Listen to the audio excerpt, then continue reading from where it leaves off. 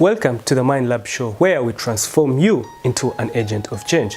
Today we're going to discuss about mind management. For you to become a certain kind of person, you need to change the way you think, because what you think determines your actions and how you perceive the world and those that are around you.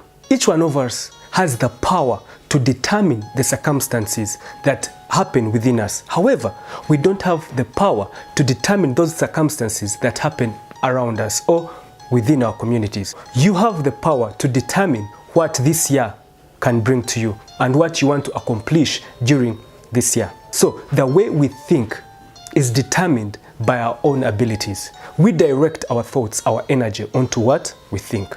Let us take an example of the lion. The lion is not the smartest, it's not the tallest, it's not the fastest, it's not the heaviest, and it's not the cleverest. However, the lion has belief, it has thought. Other animals look at the lion, what do they think is run? However, the lion, when it looks at other animals, because of its attitude, which has come from its belief, it looks at them as food. So what you think, what you perceive yourself to be, it's what you exactly become. It doesn't matter how small, how big, how poor, how rich, how many failures, how many successes you've had in life. But what determines your life is the way you think. How you perceive yourself is what really determines. And that's what brings change in your life. The Bible tells us to conform into the transformation by the renewing of your mind. Therefore, for you to transform, for you to change, the first step is to renew your mind. Unless you renew your mind, then do not expect having different outputs. When you need different results, when you want to improve in your area of gifting, all you need to do is to change your perception, change your thinking on how you think about that thing. Then when you change your thinking, then you will change your actions, and your actions will change the results that you expect to see. So for you to see that you expect, you need to learn how to manage your mind. Learn how to manage your thinking. Learn how to perceive and think beyond what you really expect to have. You need knowledge. Not just knowledge, but knowledge of the truth. Even the Bible tells us that knowledge of the truth will set you free. Some people are living erroneously wrong. They have lived on wrong knowledge. For you to have the right knowledge, you need to check yourself. You need to question yourself. So when you question yourself, you analyze, you perceive, you think. And through that thinking, therefore, you're changing your experience, you're changing your mind, which will change your output. Trapped inside of all of us, we have the ability to change that we need to change. A producer or the manufacturer manufactures a product with an inbuilt ability within it already. God was so wise. He did not hide our abilities far away from us. He hid our abilities, or he put our abilities within us. Just like how Steve Jobs produced or manufactured an iPhone and iPod, its ability is trapped within it. So by the time that iPod left the industry, it was already tested. It was already up to the standard. And they were very sure 100% that gadget they are producing is up to fit the purpose at which it was manufactured for. So therefore, its ability is within it. However, there is a catch in that. You need to follow the principles that the manufacturer has put or has laid within that product. That is why most products come up with manuals. The manual is to help you. The manual is to guide you on how to use the product for its fullness and for its intended purpose as produced by the manufacturer. Matter of fact, you need to control what you feed your mind. For what goes into your mind comes out and manifests through your actions, through your words, and even through your appearances. Because the mind is a garden where you nurture your thoughts. Often in time, many people have aborted. I've seen governments putting up laws that are deterring abortion, but I've not seen a law that is deterring abortion of the mind. Because each one of us Each one of us has aborted several times, not once, not twice. We have aborted 1,000 times. Think about the ideas that your head has nurtured, but you've not brought them up to manifestation. Think about the vision you've had, but you've not brought it into manifestation. Therefore, you have aborted that vision. You have aborted that idea before it nurtures. Whatever you think, try, if it is positive, to bring it into manifestation so that the next generation is able to enjoy that you've created. However, do not be a generational thief to leave this world without making any impact or without making any change. Because trapped inside every one of us, there is an ability that we were created for and we are supposed to accomplish before we die. Many people die and have only an ordinary tombstone. You are not remembered. It's like you never existed. You never came to this world. So if you're there watching, ask yourself, if I'm to die now, what will I be remembered for? Just as the common saying, as a man thinketh, so he becomes, or so is he. So the way you think makes you who you are. So you are the subtotal of what you spend your time on and of what you think. Every problem has behind it an opportunity for you to grasp, for you to catch and move forward and make a solution for it. Let the problems be an opportunity for you to grow. So you cannot become better than your belief. Your attitude comes from your belief system. Just like the lion believes it is the king of the jungle, and that belief has given it its attitude. That's why it looks at other animals as lunch. Whereas the other animals, when they look at the lion, what do they see? Run. They know they're going to be eaten. Therefore, their attitude, their belief system determines the attitude at how they perceive things or at how they look at things in their day-to-day activities. What are those factors that determine your development? One of those factors, we have your perception of who you are. That goes with your belief system. Therefore, your perception coupled with your belief system determine who you are.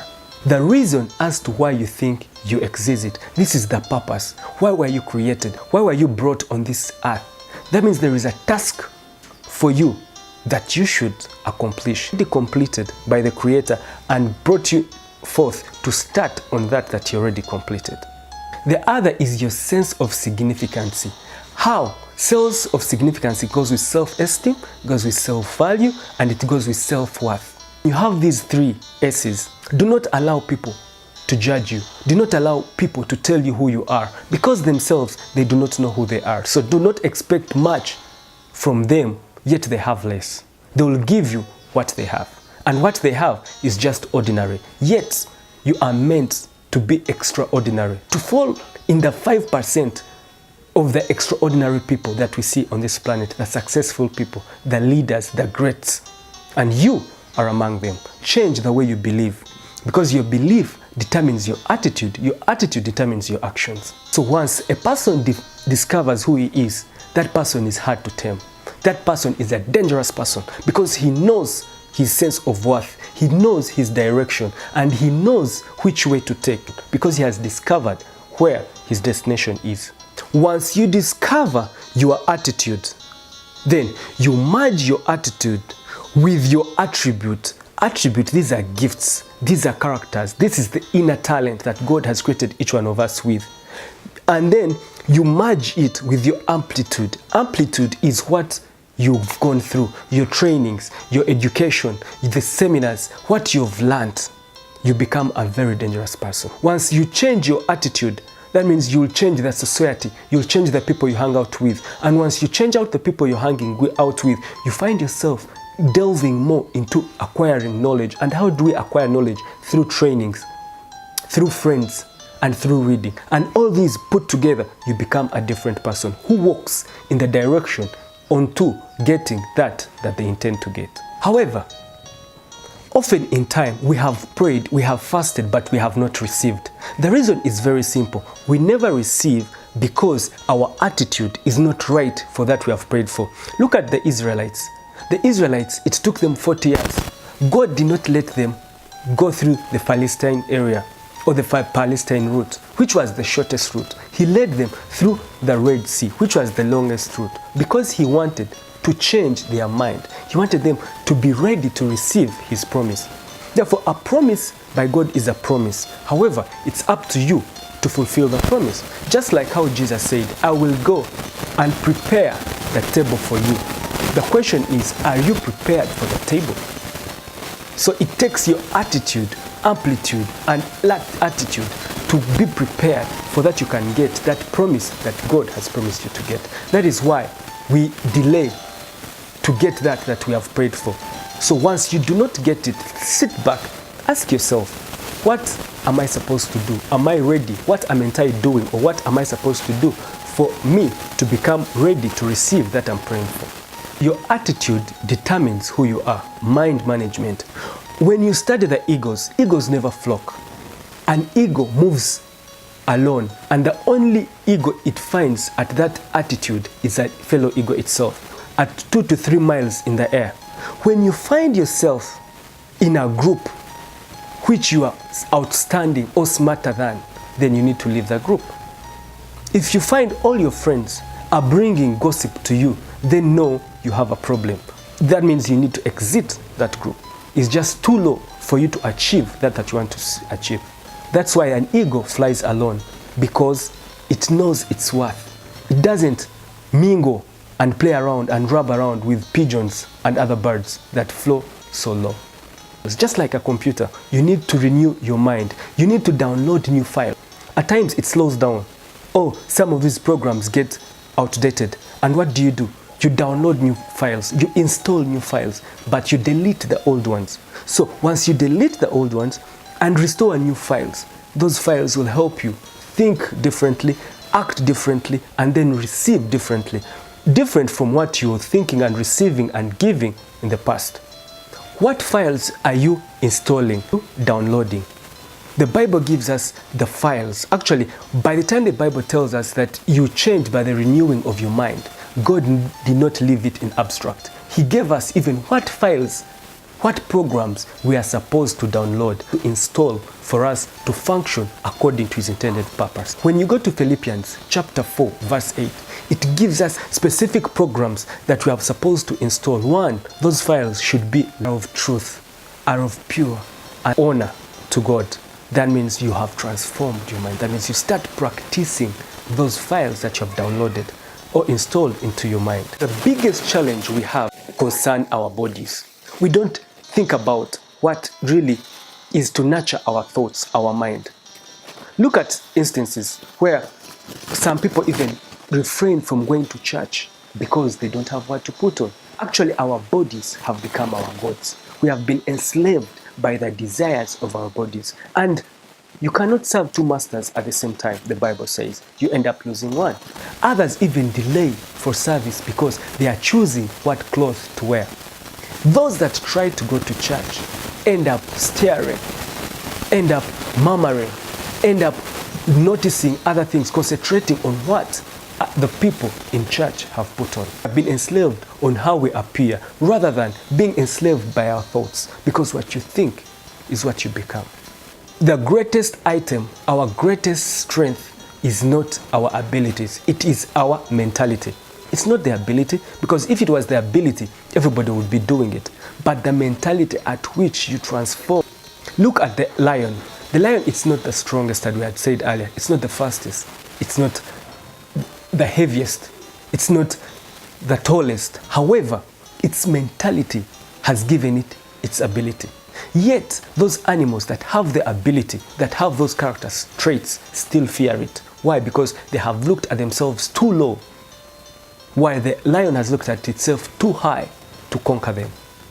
You too needs to change your mindset from what you think, from what you imagine you are, to what you think you are. It's not what you think you are, but what you think you're not. Do not allow anyone to judge you now, because once they judge you now, then they are judging you prematurely. You have not yet developed. You have not yet become that you want to become. Take an example of a seed. Trapped in every seed is a tree or is a forest. However, when you judge a fish by its ability to climb a tree, it will live the rest of its life thinking it is stupid. That was Albert Einstein. However, when you get a seed and put it on a windowsill, that seed will never develop. But that does not mean that that seed does not have the ability to develop.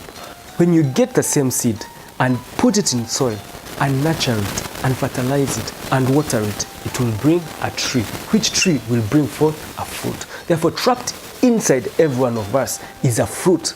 However, for it to become a fruit, you have to put it in the right environment. Many of us have lived in the wrong environments, which have made us who we are. Have you ever asked yourself why football players or athletes are confined in a particular place? Or even we have boarding schools. It's because they want to take you away from that same environment to a different environment where they are able to nurture, water you into something that they desire you to become. You too, you need to change your environment. You need to change your community. You need to change your friends. You need to change your mind. You need to change the way you think for you to become progressive. For you to do that, you need to watch what you see with your eyes, what you feed in your brain, what you listen with your ears, and what you speak with your mouth. Because the eye, ears, and mouth are the things that contribute to a larger extent, actually 100%, to what you think. Do not allow people to change you from your course. We have three kinds of people: those that add on to you, those that subtract you, and those that multiply you. You need to avoid those that subtract you. Be with those that add on to you, add value to you, that multiply you, want to make you a better person, than those that are just subtracting. Subtraction is those that are always depending on you, or those that are trying to pull you away from your course, pull you away from your vision, pull you away from your direction. Those need to put them off. Put them off your list and move with those that add to you and multiply you. And how do you find them? Those are the people whom you share with the same vision and the same purpose that you want to get to. Let us look at the mindset. Why is it that people identify something this way and others identify it the other way? We have an issue of personal identity. We do not know who we are. An average person on this world today does not know who he is and why he was created. A story is told that whenever you meet the Creator, you change course. Look at Moses. When the Lord met him, what did he start saying? He started giving his weaknesses. Look at Gideon. What did he say? He started giving his weaknesses. However, after that, their course changed. Why did it change? Because God told them who they are. That is why when Moses sent Caleb and Joshua to the promised land to go and scan and see how the land is before they got there, there were two groups of people. The first group had 10 people who went to see the land, and they came back. What did they say? They told Moses that the land is good, but they have seen giants, and they appeared in their eyes like grasshoppers. Who told them they were grasshoppers? Where did they get that thinking? It's their attitude. It's their mindset. However, when Caleb and Joshua went to see the same thing, went to see the same promised land, what did they see? They saw the same place, they saw the same giants, but they came and told Moses